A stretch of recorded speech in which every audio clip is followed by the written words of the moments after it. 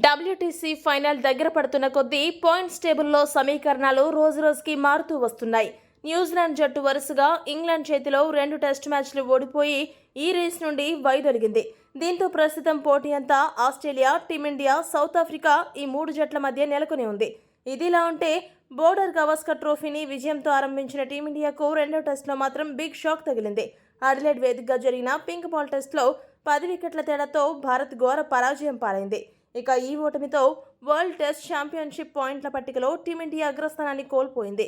Bharat winnowing శాతం 57.2కి పడిపోవడంతో ఏకంగా 3వ స్థానానికి దిగజారిపోయింది.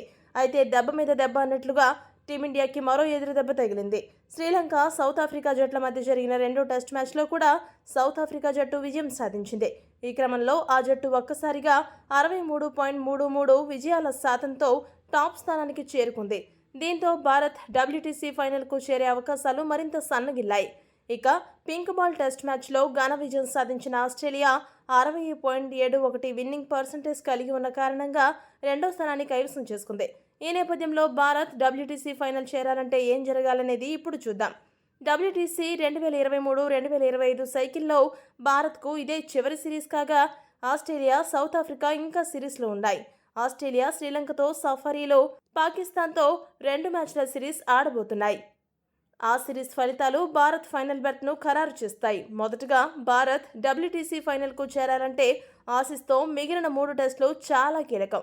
ఈ 3 మ్యాచ్లలో భారత్ విజయం సాధిస్తే 4-1 తేడాతో సిరీస్ను సొంతం చేసుకుంటుంది. అప్పుడు మన పీటీసీ 64.03కి చేరుతుంది. దీంతో ఇతర జట్ల ఫలితాలపై ఆధారపడకుండా రోహిత్ సేన నేరుగా డబ్ల్యూటీసీ ఫైనల్లో అడుగు పెడుతుంది.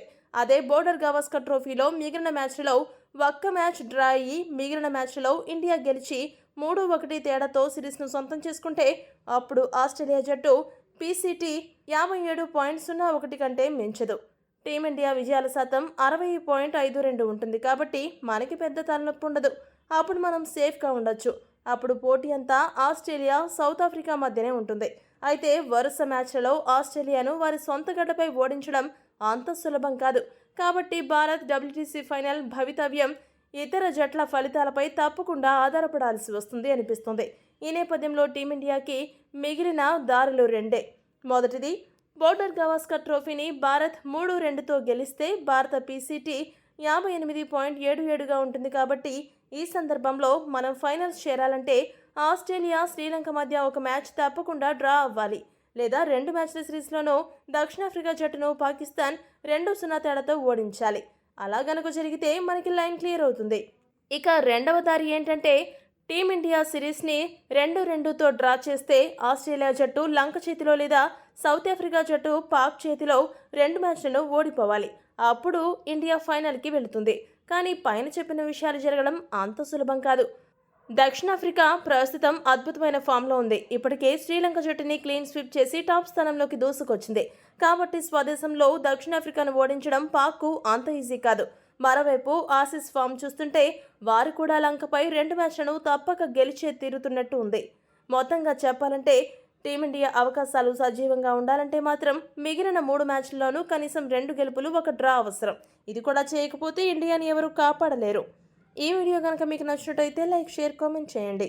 మరిన్ని స్పోర్ట్స్ అప్డేట్స్ కోసం మా ఛానల్ని సబ్స్క్రైబ్ చేసుకోండి.